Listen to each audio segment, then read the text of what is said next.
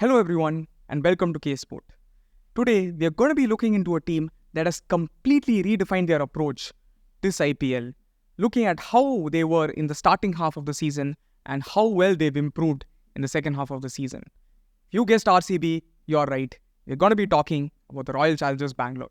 RCB's batting has seen a major resurgence in the last 5 games, and as a result, they won 3 out of those 5 matches and came oh so close to beating the Kolkata Knight Riders in one of those games as well. We at the K-Sport studio like to call it the Mumbai Indians effect, where after having a terrible start to the season, you come in clutch in the latter half. Taking a look at the table, we can see that their run rate has bounced up by quite a bit.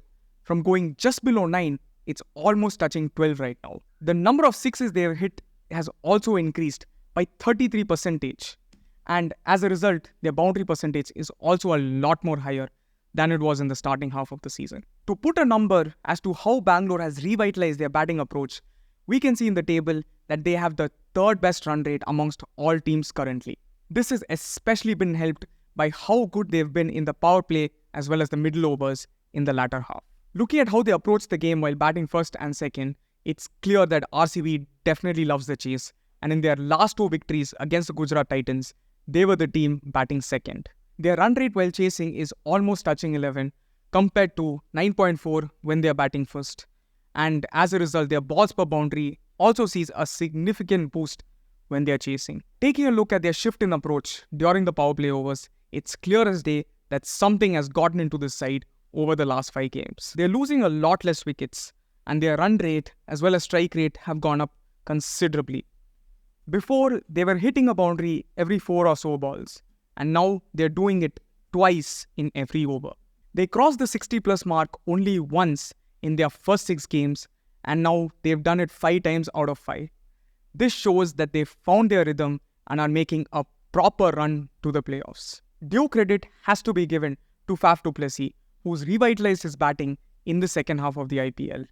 His strike rate has gone up insanely.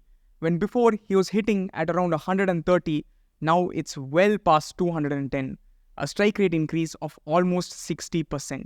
His balls per boundary has also reduced, and as a result, the boundary percent is looking a lot better as well. Take a fast bowler to Faf and he's gonna take him to the cleaners.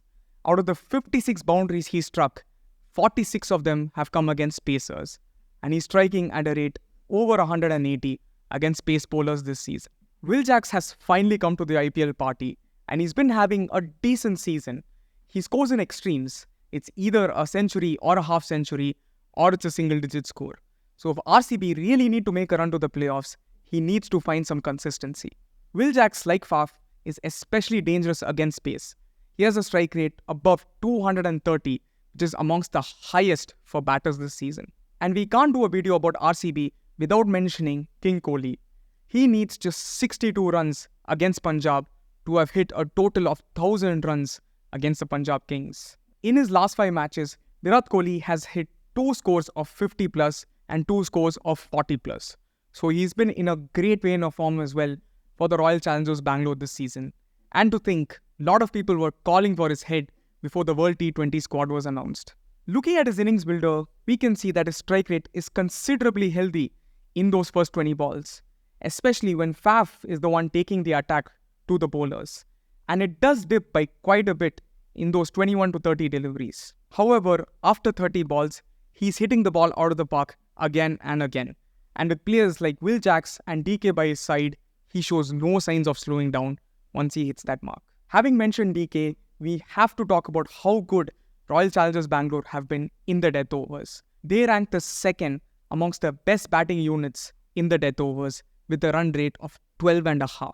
One of the reasons why they're so good in the death has to be the ever-dependable Dinesh Karthik. In just their last match against the Gujarat Titans, what should have been an easy chase ended up becoming difficult because of the collapse in their batting order. But then DK came, hit a quick-fire 20 and saved the day. DK has consistently shown himself to be a great finisher in T20 cricket. And in this season, he's striking at almost 230 during the death overs. What you might think is a fun fact is DK is yet to get out against spin this season and has a strike rate of above 200 against pace bowlers.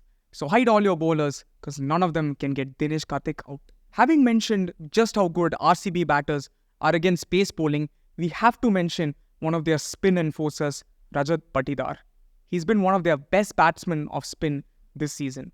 Patidar averages 68 against spin and has a strike rate of 220 plus against those bowlers. He's got now to spin only twice this season, but Patidar's main struggle comes against pace bowlers, where they've gotten him out 7 times. And among those 7 times, he's fallen victim to right-arm pacers 4 times this year. However, one could argue that Patidar's main contribution is to enforce and go against opposition spin bowlers during those crucial middle overs. With 3 games to go, RCB have finally assembled the 1,000-piece jigsaw puzzle that was their batting lineup. The way this Bangalore team have revitalized their batting, they could honestly make a good push for the playoff spot. My producers are telling me that even the Mumbai Indians have a chance of making it to the playoffs. And for more on that, check out the video that we did on their chances for that playoff spot. Let's see how the rest of the season pans out for the Royal Challengers Bangalore. Will it finally be Isala Cup Namde, or are we going to be saying Isala Cup Namde forever? Thank you so much for watching. Please like, share and subscribe, and keep coming back to K Sport for more cricketing content.